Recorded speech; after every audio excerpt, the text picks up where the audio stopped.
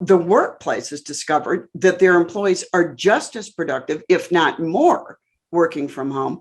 So I think it's created a big shift. And I think employees now are thinking, I want to do something that is really fulfilling to me. And we've had this time of 20 months of reflection about our lives and what we do. And I think people are looking for more out of their lives. I think people are looking to stretch and maybe reach a little bit higher than they thought was possible because they had time to think about it. I have a client who works in New York City here in the States in Manhattan. The most expensive real estate in the world is in Manhattan.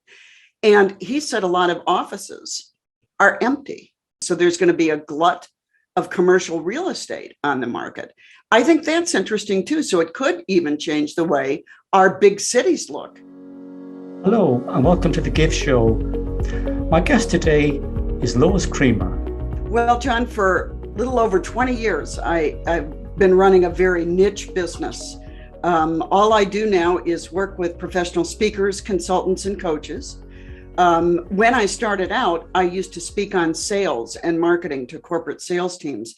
But the only speaking I do now is to groups of professional speakers. And so I help people get to the next level in their speaking business, whatever that might look like for them. But mostly people hire me when they want to make money speaking. And what did you do before you worked in sales and marketing? Well, right out of college, let me just say this, John, I majored in history, did absolutely nothing with it, went to work with a corporation here in the United States called the United States Steel Corporation. It was a big Fortune 10 corporation back when I worked for it. They had a district sales office in St. Louis, Missouri, where I live, and I got a job in sales and marketing there. I was very fortunate. It was a great job. And I worked there for a number of years and then stayed home after I adopted a little girl. Stayed home for 10 or 11 years. And then I got a call, John, from a professional speaker who was referred by a college friend of mine. And he said, I'm looking for somebody to do sales and marketing for me. And your friend Liz said you might be willing to go back to work. And we met, and I ended up working part-time for him for a number of years. It worked out very well. And I did not even know there was a speaking industry before talking to this guy, John. I had no idea. So I kind of went in blind, learned as we did. And in 1998, I decided to open my own consultancy for speakers, helping them to do sales and marketing. Thank you for that. What made you decide to study history or major in history in university? You know, I think what really led me to do that was when I was young, we lived in a little town in Pennsylvania called York, Pennsylvania. And it was about 15 minutes from Gettysburg, which was a seminal point in American history during the Civil War. And we used to go there all the time. They have museums there, John. You walk the battlefields. And it just interested me so much at a young age. And that's really, I think, what led me to have such a great interest in history. And then when I was in high school, I had an incredible history teacher who just made it come alive for me. And that's why I decided to go into history. Great answer. I loved history myself in school. And one of the things I learned about history was that when it comes to exam time, it's one thing knowing all the theory and all the history from years ago, but it's how you put it on paper really is what decides what grade you get in your exam. So you need to be clear in your own mind before you put pen to paper. And that's what I learned in school. Absolutely right. Absolutely right. You know, history, a lot of people think that history is just very boring and you just have to memorize a lot of dates. And that wasn't my experience at all. I just found it very, very interesting. And I actually thought that I would probably teach history. And when I graduated, there were a glut of teachers. There were no openings. And that's when I looked in the business world. And then once I had a taste of the business world, I really enjoyed it and never left. And when you graduated from university, you worked for United States Steel Corporation. Did university in any way prepare you for the working life?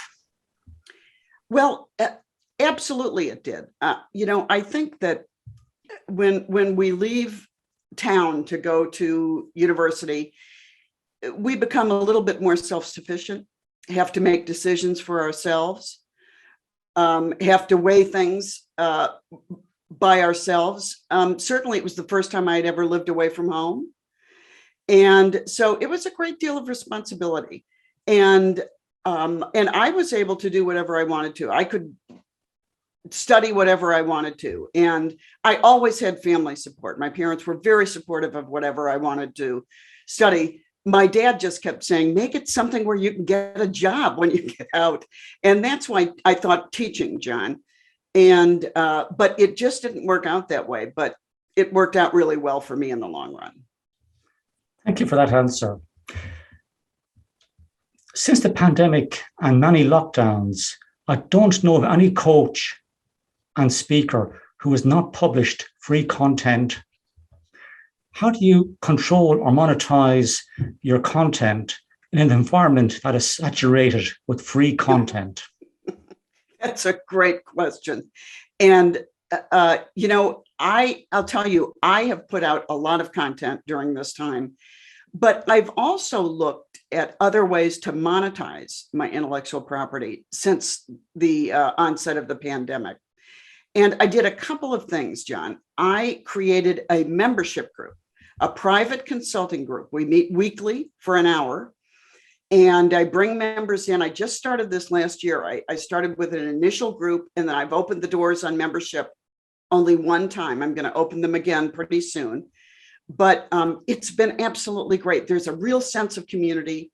Not having people constantly join, I think, allows people to be in community and close relationship and very vulnerable in the group. I've started that, and I'm really, really enjoying it. And another thing I did was I took a course on how to create courses. And I'm doing a live course, which is kind of counter to what a lot of people are doing. I'm doing an all live course called Create Your Speaker Marketing Toolkit. I like the live part of it, John, because I like to be able to give people situational, be responsive in the moment. And I think that that's one of the things that I love about live. I might change my mind down the road, but right now I love doing it live. So creating courses is something I'm looking at doing that more. I have been writing. I write a blog, and my blog is really grist for the two books that I've written. And I'm writing a second edition of Make Money Speaking Now. So any blogs that I've been writing, any writing that I've done over the last year may find its way into that book, if it makes sense. Indeed, it does. What do you think is the future for the professional speaking profession? I think that the future is bright. And as we sit here in November, I think 2022 and 23 are going to be great years for speakers. A lot of people have canceled meetings or done virtual meetings, and people want to meet in person. But really, the pandemic gave us kind of a blessing in disguise, John, I think, because we've all added this virtual option to our repertoire of services that we can offer clients. So in that way, it's been a plus. I have literally spoken around the world in the last year from right here in my office. And so that has allowed us a lot of play. But I do think that in the future, corporations and private businesses will be looking to meet in person again. I think associations will be seeking hybrid meetings. They're going to want to meet in person, but have a virtual option. So people who don't want to attend the meeting or can't attend the meeting for whatever reason can tune in a virtual way. I don't think that a lot of the big association meetings, especially in the United States, are willing to give up the money that they could make from a virtual option. Great answer to that question, and a very in-depth answer. Before we progress with more questions about professional speaking and the future of work, I just want to ask you a question there, going back to the very beginning of this interview, where you mentioned about adopting a child. How did you feel the moment that child was placed in your arms? It's indescribable. But I'll tell you, I think probably most adoptive parents will tell you, I felt like this is what was meant to be. This is why I went through all the waiting and the infertility. This was meant to be for us, to adopt this child at this time. And I have to tell you that it's been the blessing of our lives. She's now an adult. She's a journalist, works for a newspaper here in the United States. We're very proud of her. And it's been my favorite part of life, is being mother to my daughter, Maggie. That's a great answer, and a very touching answer, I must say. What has been your greatest achievement in your life? Oh, that's a good question, John. I don't know that there's been a greatest achievement, but there have been passages that have come in my business. I think writing my first book, Make Money Speaking, was a real passage. I mean, I felt like I had accomplished the world when that was finally done, John. And I held it in my hands. I was so excited. And I think just the privilege of being able to meet in front of groups of professional speakers. Anytime anyone asks me to do that, I am always flattered and honored that people want to spend their time listening to what I have to say. And I felt that way about my private clients when I was speaking on sales in the workplace. I absolutely was honored each and every time. So I felt like each and every time was my favorite time, John. And I continue to absolutely love what I do. I find new ways of doing things. I find new clients, this digital marketplace now with my membership group and going into more courses. I think it's going to be a lot of fun. And I'm looking forward to maybe not quite traveling as much and doing more virtually from here. What has been the biggest regret in your life? The biggest regret? Boy, that's a great question. I think it's very telling. I don't have a quick answer for you, John. I have to tell you, I think I have been very fortunate and very blessed. I don't look at regrets that much. I'm kind of a realist and believe in being in the moment with what's going on and looking forward. I don't have any big regrets. Had I not been able to adopt a baby, I would have said having children would have been my biggest regret, but we definitely were able to be parents. So that was wonderful. I don't think I have any big regrets. Maybe the one regret I could mention is that I lost my father before I finished school. And I regret that he didn't live long enough to see that I have a business and I'm doing well in it. That might be one regret, but I do feel so blessed. I've been very fortunate. It's a very positive outlook to have in life, and fair play to you, Lois, I must say, because there are many people out there who live in the past and they look back at their regrets rather than looking forward, which is what you do. What is your take on the Great Resignation? I think this is a fascinating point in time, John. The pandemic drove everyone into home and home office to work. And I think we are seeing a culture shift now of people who have enjoyed the flexibility of being at home, have enjoyed a deeper family life or personal life because of the time being able to spend at home as well as working. The workplace has discovered that their employees are just as productive, if not more, working from home. So I think it's created a big shift. And I think employees now are thinking, I want to do something that is really fulfilling to me. And we've had this time of 20 months of reflection about our lives and what we do. And I think people are looking for more out of their lives. And so I think people are seeking more, and they might be asking more of themselves. They might be bigger risk takers than they were before. And so much of this is not a negative to me. I think people are looking to stretch and maybe reach a little bit higher than they thought was possible because they had time to think about it. And so that's kind of what I think. Where this will go with the Great Resignation, I can tell you that I have a client who works in New York City here in the States, in Manhattan. The most expensive real estate in the world is in Manhattan.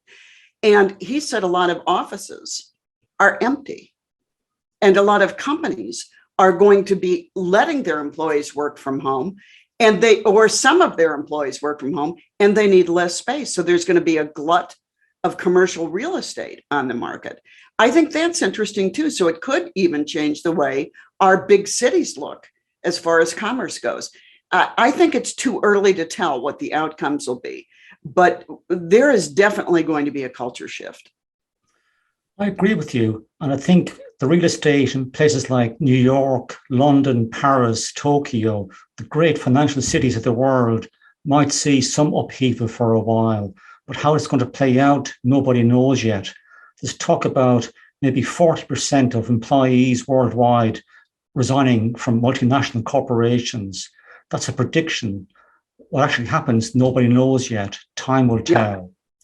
Yeah, I also think, though, that this could be a time, John, where a lot of people decide to leave their jobs and do what you and I have done and start their own business. So this can be a time, too, of entrepreneurship and people taking risks. And, you know, in the United States, I wish we encouraged entrepreneurship more with programs, government programs for people who want to incubate and start a business. But I think that we're going to see more entrepreneurship, and I don't think that's a negative at all. It's a very interesting perspective on life, because growing up in Ireland, we always thought that the United States was a very entrepreneurial society. And you're saying here today that you would like to see more entrepreneurship encouraged in schools, in universities, in colleges. I would. I would. Plus, I would really like to see the government honor entrepreneurs more than they do big corporations. I don't think that, I think that it's such a small thing to ask, but I think that entrepreneurship should be treated just like a Fortune 10 company. And it isn't in the United States, but I think that the increase in entrepreneurship that could come about will make people take a look at it again. And the more entrepreneurs they are, the more votes we cast, the more people better listen. It's a great perspective on life. What would you say to people who've been working from home since the beginning of the pandemic? You know, I think that one of the things that I hope you can do is think about what would be your ideal way of working. For example, I have a neighbor, John, who is an engineer at the Boeing company, an aircraft company that is headquartered here in St. Louis. And she's been home for 20 months.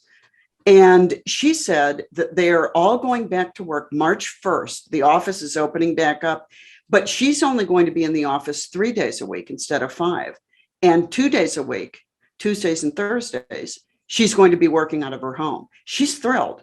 And she thinks that that is an ideal mix for her. So who knows what this is going to look like? I have a sister who works for a big bank. She's going to be working from home permanently. They offered her that opportunity. She's thrilled. So I think that we see changes coming. I think employees are thinking more about what works for them over what might work for the company. And so the companies have to pay attention. I agree with you there, because years ago when I started out in the workplace, the focus was very much on the employer and how you'd have to serve your employer. Now I think it's not just a case of the employee listening to their boss, their managing director, or whatever the case may be, but the employer in turn has to start becoming a better listener towards their employees. Because I think also at today's workplace, people are not afraid to leave a job and move somewhere else if they think they can get better T's and C's. So the big organizations, as you said there earlier on in this interview, will have to pay much more attention to their key employees. And in banking, for example, people working in dealing rooms will be key employees that you have to listen to. I agree. And that's part of this culture shift that I think we're going to see. That's a big part of it. And I don't think that's a negative. I think that's a positive. Yeah. Going back to your love of history, Lois, you majored in history from university. You mentioned about visiting the sites of the American Civil War in Gettysburg, in Pennsylvania. And we had Veterans Day recently in the United States. What did you do to mark Veterans Day? Well, to mark Veterans Day, I honored my husband who served in the United States Army. I honored my brother who served in the United States Army, and my father, who is deceased, of course, was in World War II. He was a bomber pilot, a real hero during World War II. And so spent time reflecting on their service and the service of the millions of people I will never know who have really risked everything and put their lives on hold. This is a hard thing for those of us who've not served to imagine what it was like to just put your life on hold and be put into a totally different situation, a totally different world, then land back where you were, where changes have taken place, and get your footing again. So I spent time thinking about family members and others who have served. Thank you for that answer, Lois. Looking back at this interview today, three great things I can take away from this interview are, firstly, in terms of a speaker, look at having multiple ways of monetizing your intellectual property. You mentioned about having membership groups, for example, or writing a book. From the perspective of the person who's been made redundant and they want to start a business, consider being a risk taker and stepping out of your comfort zone. And in terms of the audience, I think what we can learn from here today is don't have regrets in life. Look forward in life and look for opportunities. Lois, it has been a great honor to speak to you today. I'm sure the audience really appreciate your presence and depth of knowledge. Is there anything else you'd like to share with the audience before I let you go? Well, John, I'll send you a link to this course. And if people are interested, they can sign up. And anybody can read my blog. You can sign up at my website, which is bookmorebusiness.com. But I thank you. I've enjoyed this, was looking forward to it today. So thanks, John.